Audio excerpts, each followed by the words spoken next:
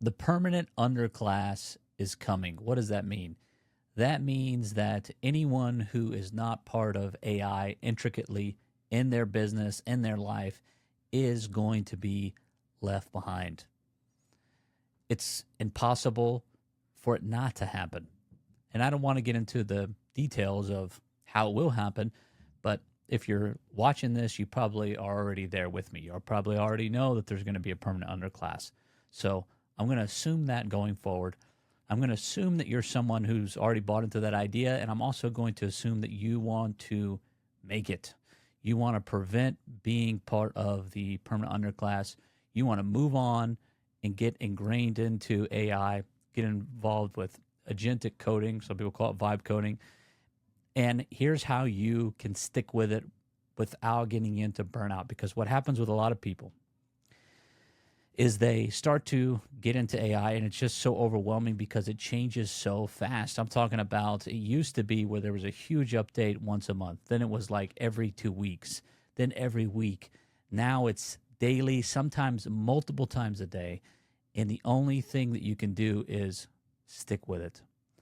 But if that's all you do in terms of your mindset, I'm just going to stick with it, I'm going to stick with it, that's all I can do, and you don't go about it strategically, you're going to burn out because the mind can only take so much new information without spazzing out at some point. So I put together some things that have helped me. And again, this is a work in progress. Anybody that tells you they got the AI lifestyle, the agentic lifestyle, whatever that really means, figured out, they're fooling you because this thing changes so fast that none of us can really get a firm footing. But here's a good way that I've found. So let's take a look at this. All right, so a few mindset shifts that you're going to need to make here. One thing you're going to need to do is information filtering, because there's a hype cycle that is involved in social media. It's inherent to the game, right? Rage baiting, clickbaiting, all this kind of stuff where people have to act like this is the latest, greatest thing. And maybe they really think that. Sometimes I think, and sometimes the thing that you're saying is just your opinion. It's like, hey, OpenClaw is the best. This new Claude code release is the best. This new thing is the best. It's the greatest thing you ever see. This is the greatest workflow I've ever had. And that might be true today, but this thing changes so fast that that might change tomorrow. So you got to kind of ignore the hype cycle. So what you do to do that is you focus on some core principles. Well, I'm going to offer you some. It's going to be like, how can this help me make more money? Now, I know that might seem crude to some people, but if you think that, then I don't know what to tell you. You know, maybe you're going to be part of the permanent underclass because you got to make money. You have to be a value add into this economy, and you got to figure out how to do it with ingrained agentic bots, agentic agents. You got to do that. It can't just be like, oh, I'm using AI to write letters and write blog posts. No.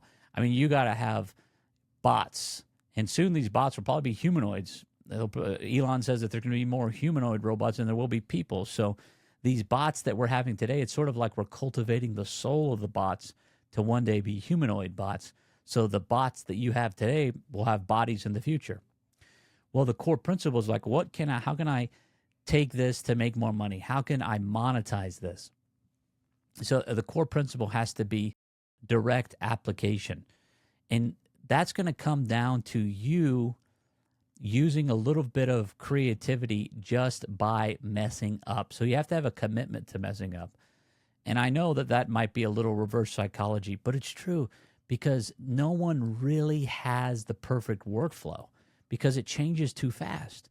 So you have to have a commitment to messing up in the direction of monetization.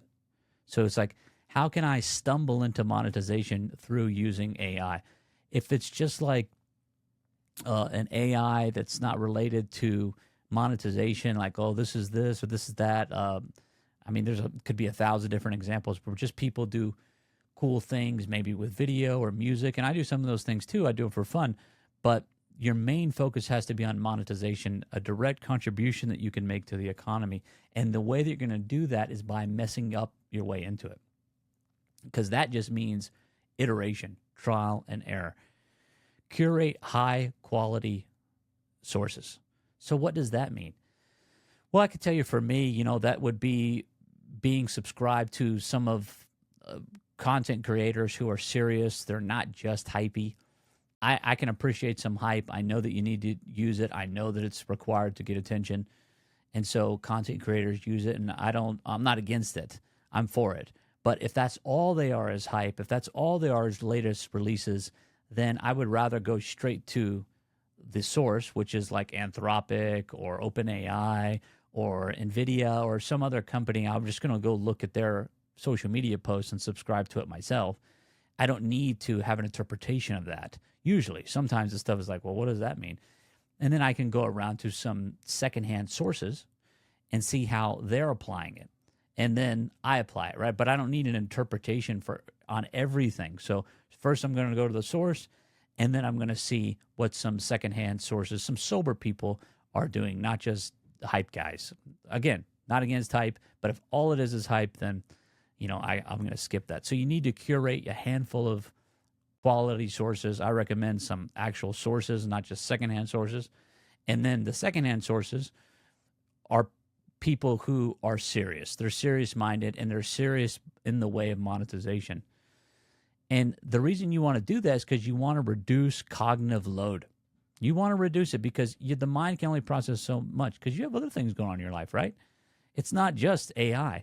Now, this might be your main focus. If you're diving in, if you're watching this, then you want to do what you can to be drinking straight from the source, right? It's like getting the best stuff in and not listening to everything, but collecting quality sources, and that will help you to sustainable AI mastery because you're not just like this shiny object, because in AI, everything's a shiny object because some really cool stuff happening across robotics, across healthcare, across real estate, across development, which will all would be downstream from development. When I say development, I mean like coding, making software and applications, because even if it's hardware, there's going to be software behind it.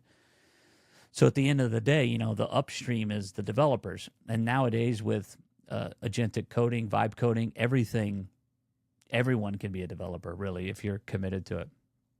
So the next thing that you would want to look into is being committed to the continuous learning. Listen, it's going to be tough. It's going to only get more tough. I do think there's going to be a point where there's going to stop being so many updates, because as the agents, when I say agents, I mean like the AI agents, as they become more self-correcting, the new updates will stop being big news. There probably won't be much human involvement at all. Like if you take something like OpenClaw or even Claude Code, yeah, there's probably going to be a human who's going to finalize the releases, but it's going to just be updating so frequently that an update is not going to really mean anything. Like on your iPhone, when it goes from 5.2 to 5.3, there's no big release except in the super nerdy world and the people do track it. But ordinarily, everyday folks, it's not like new release, but now it's Opus 4.6, Sonnet, it's crazy. The online world goes crazy when there's a new release. But soon enough, once the machines start to becoming, they start becoming self-correcting, that's going to go away. But you still, even with that, and I would say especially between now and that time, you have to have an ironclad commitment, which is the decision. You just got to decide that you're going to stick with this. And I'm not saying that every single day you got to be like glued to the Twitter feed, and I'm not saying that's even healthy. But you need to have a commitment to continuous learning, micro learning sessions. What might that look like? Hey, look, for everybody, it's going to be different. Maybe you're going to do it on your walk. Maybe you can have like a indoor treadmill that you set up a time every day. It's like, hey, I'm going to walk, and then I'm going to check out these content creators, these sources, and I'm going to commit a certain amount of time to executive time every day where I'm learning like Warren Buffett. Even Trump said, I think from the time he woke up till noon, it was executive time when he was doing his real estate and stuff. And it was just him reading newspapers, getting caught up on real estate and things like that. So you need to have a time, executive time, especially now more than ever, where you're just seeing what the market is doing, seeing what the new release is, learning what it's about every day. But you can't do that all day, right? Because this is going to lead to a lot of overlap and in turn into skill retention. Because there is a lot of overlap with stuff. Like once you learn one tool, the other tools start to become pretty easy to use. Like if you got really good at using Claude Code, you could go into Codex, and yeah, there's some things that are different, but you would still know how to drive it. right? It's not like going from an automatic to a stick shift. No, it's like learning a truck to a Ferrari. Like you still know how to drive them both, and I mean like a pickup truck. So yeah, it'd be a little different. You know, it rides a little different, but you know how to drive it. So when you're getting involved in these things, it's toward the goal of long-term skill retention so that you can monetize, right? Because you want to prevent burnout. If you're just learning lots of different tools without any goal to monetization, then you will burn out because your brain just can't handle it. And you'll be like, oh, you know, I need to take a break. And then a week will go by, 2 weeks will go by, a month will go by. Next thing you know, it's like, oh, I can't do that. And you're going to come up with some sort of cognitive dissonance to make up the reason why you stop tracking AI, and you'll pretend like it doesn't matter. And next thing you know, you'll be part of the permanent underclass. So you don't want to do that. So you want to have hands-on sandbox play. Now, what does that mean? That means you want to play with this stuff. Remember I talked about it earlier. You want to make mistakes. You want to break stuff. You want to make stuff broken because that's how you learn. No one can tell you any other way now. If someone's telling you something different, they're lying to you.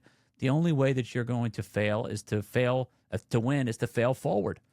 So you got to have sandbox play. That means you get in stuff, you just start making stuff. You just start making apps. You're just like, oh, why do I want to do this? I don't know. Maybe you're interested in it. Maybe you like fragrances, so you build a fragrance app. That's what I did. Maybe you like business, so you build a business app. You're not out there just scanning the market like, I wonder what market needs this. No, there's a place for that. There's a place for that. But you need to play. You need to build things that you want to see, that you want to use, solve your own problems, and chances are there's going to be a lot of other people who have similar problems. And this will all help you reduce the fear of the unknown, right? Because you're using play to learn. Again, something to help you prevent burnout. Strategic application, value-driven adoption. Identify real pain points. So that's the next phase you want to do. Once you start playing, you get more comfortable with tools, then you could go to that next phase. I have a tool that actually helps with this, shameless plug, called Avatar Czar. Link will be in the description. That will help you to be able to get to know your avatar, right? And what they think, how they develop trust, how they break trust. Measure efficiency gains. Here's a big one, right? You might develop so many tools that you build with AI that you're like, I wonder which one's going to work. You don't know. You don't know. You got to fail that through. When I say fail, I just mean like finding out what works and what doesn't work. And it's all about testing. It's all about testing. And if you're afraid to test, then you're afraid to succeed. And you're going to get, left behind and be part of the permanent underclass. And I know it's like, oh, it's just fear jockeying. Hey, it is what it is. There is no way this doesn't result in a permanent underclass. Universal basic income, it's going to be a thing because people they're really not going to be able to make money. The market will be dominated by AI. It has to be that way. And maybe I'll do a video in the future. If you want to do a video, want me to do a video on how the permanent underclass is going to take over everything in terms of people who are going to be left behind. Yeah, they're going to be people who are not part of the permanent underclass, and that's what I'm going for, and that's what I hope you're going for. But the vast majority of people are going to be swept away in a Noah's flood-like economic tragedy, really. So the sense of accomplishment will come from you targeting towards monetization, but you do that through play, and I call it failing just because so many people are afraid to fail, but if you call it play, it feels a little different. So go about it that way, and this is just a strategy to avoid burnout because it's the only way you're going to get to sustainable AI mastery. It's the only way. And when I say mastery, I use that term loosely because AI moves too fast for anyone to be a complete master of it. So anyone who says, I'm an AI master, they're blowing smoke. Because if you want to be the type of person to get on this and like you get on the bucking bronco, it's like you're on the rodeo, you got to do it smart. You can't burn out. Burnout is not an option. You are not a candle, right? You have to do this in a smart way. And if you stay excited about it through playing around with things, like, I don't have time to play. You don't have time not to play. If I got to sell you on the idea of playing, then you're probably going to be part of the permanent underclass. I mean, there's no other way to say it. So you got to play with this stuff. He's like, that's not my idea of playing. Well, what are you going to play when you're in the permanent underclass? So just pick. You're going to play now, or you're going to play in the permanent underclass when who knows what you'll be able to play with. Probably not that much. You'll be on universal basic income, and you probably won't be able to afford much. So better to play now and be able to play later than to play later and you're playing with, cockroaches. Oh, Mr. Roach. Oh, I wish I would have gotten part of Sustainable AI Mastery. I wish I would have gotten the arena. Oh, I burned out. Don't be that. Anyway, subscribe to this video if you want the best AI content that actually has meaning behind it and it's not just all hype and it's not just all super techie. And I'll see you in the next video.